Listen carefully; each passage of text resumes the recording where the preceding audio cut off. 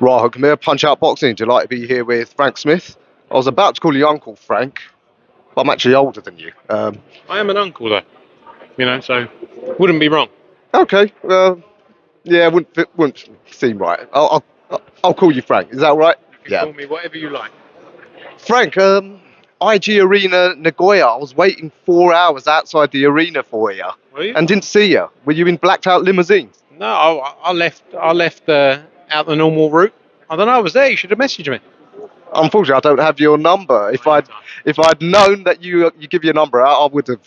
Yeah, I was the only Westerner who went there, but they're a bit restrictive in Japan. What, interview wise? Yeah, I did the press conference. I wasn't allowed in. Oh, right, that's why then. That's why I didn't see you. Just on the whole media thing, a lot of us in the sort of social media Twitterati boxing sphere, we're saying that it seems to be a lot more restrictive now. You know, Riyadh season, MVP in particular, the Americans are very restrictive about who they let in. Is there a shift in how media is sort of managed in the boxing world at the moment? I don't think so. Look, I've got to be honest. I think boxing is so far the other way to other sports. Like you couldn't go up to a Premier League footballer and go, "I'll just grab 3 minutes with you, mate." And that's what essentially you're doing with like a lot of these fighters at press conferences. So I think there's things that can improve, but I don't think it's going in a negative manner. I think things can improve. The access, as you see, like you got, Adam Macker's fighting tomorrow. They're doing an interview with Leo Atang, one of our other standout stars. You got fighters at the back, like they're everywhere. They're doing interviews. You wouldn't get this before a Premier League game on a Friday. Yeah, fair point. We do all of us in the industry need to improve though, because with AJ and Fury sort of halfway out the game, we do need to build these next gen fighters. Not many of them are household names. If you were to ask a granny, other than AJ and Fury, do they know these guys? I mean, depends what granny it is. Every Albanian granny knows Adam Macker down there.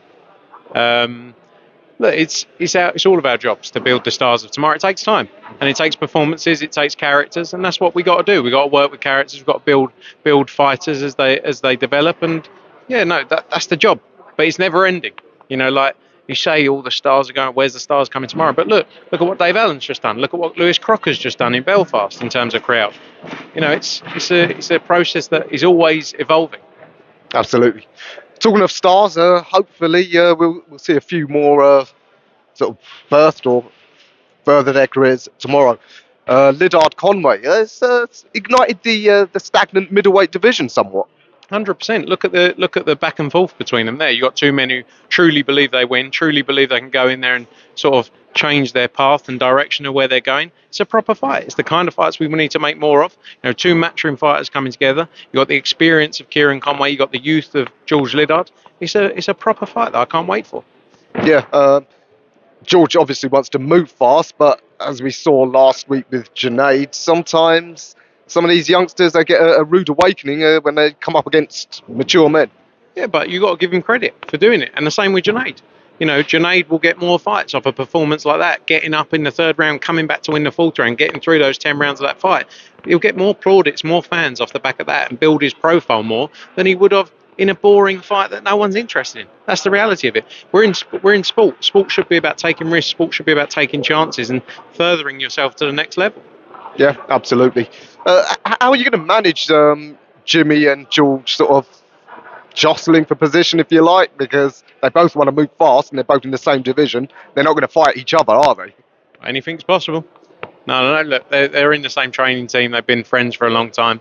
Look, there's enough fighters out there. There's enough people out there for them to fight. There's enough routes they can go down. So I'm not too concerned about that. All right. Well, let's see how that plays out. They've got a job both to do tomorrow.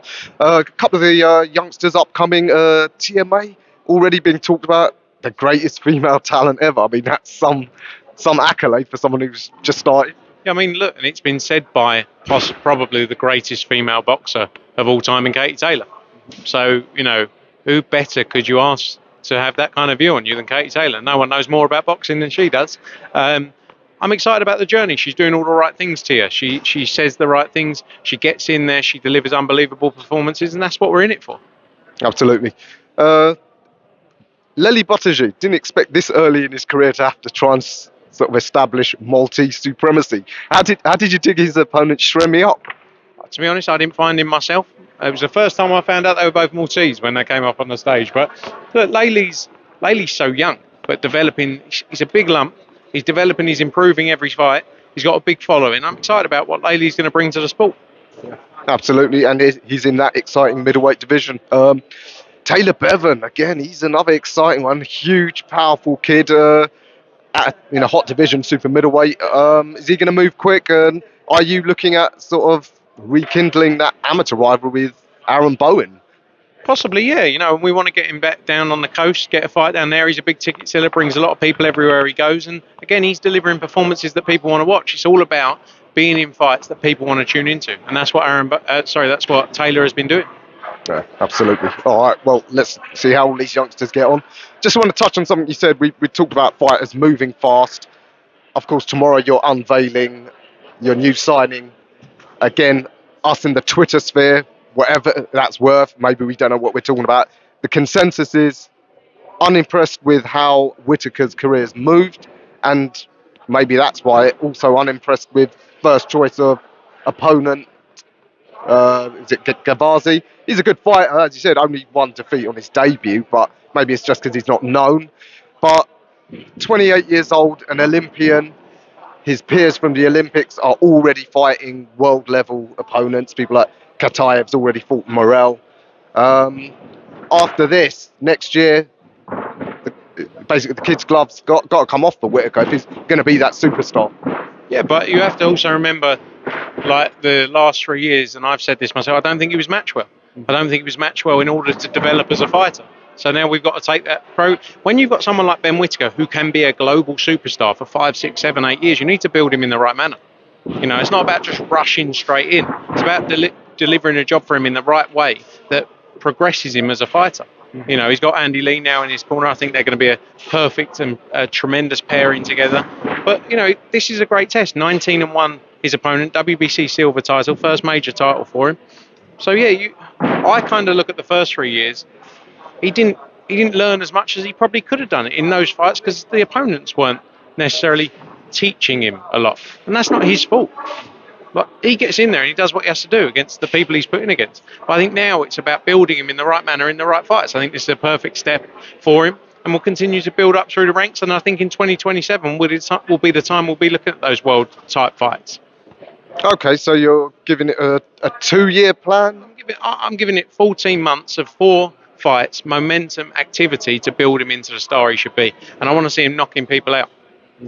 Because I don't know if you saw Uncle Frank's interview where he said Queensberry decided not to pursue him because of the sort of fights Whittaker wanted or didn't want. Because obviously Queensberry have got a lot of domestic light heavyweights. Do you and his team think he's some way away from his domestic rivals in terms of development? I think it's just about making the right fights at the right time. Our job is to care about Ben Whittaker. We don't care about anyone else that anyone else promotes. We're going to develop Ben Whittaker into the star he can be, and build him up in the right fights that give him the right work, so that when he steps up into those world title fights, he's been in with a whole range of different people that bring different styles. So I'm not really interested in any other, this fight, is he on this level, is he on this level? Our job is to deliver Ben Whittaker. That's what we'll do. All right. Well, we'll watch that with interest. Anything you want to add, Frank? No, just don't miss boxing. Friday night, live from York Hall, all on dazn. See you there. Can't wait. Cheers. Frank, absolute pleasure. Cheers, pal.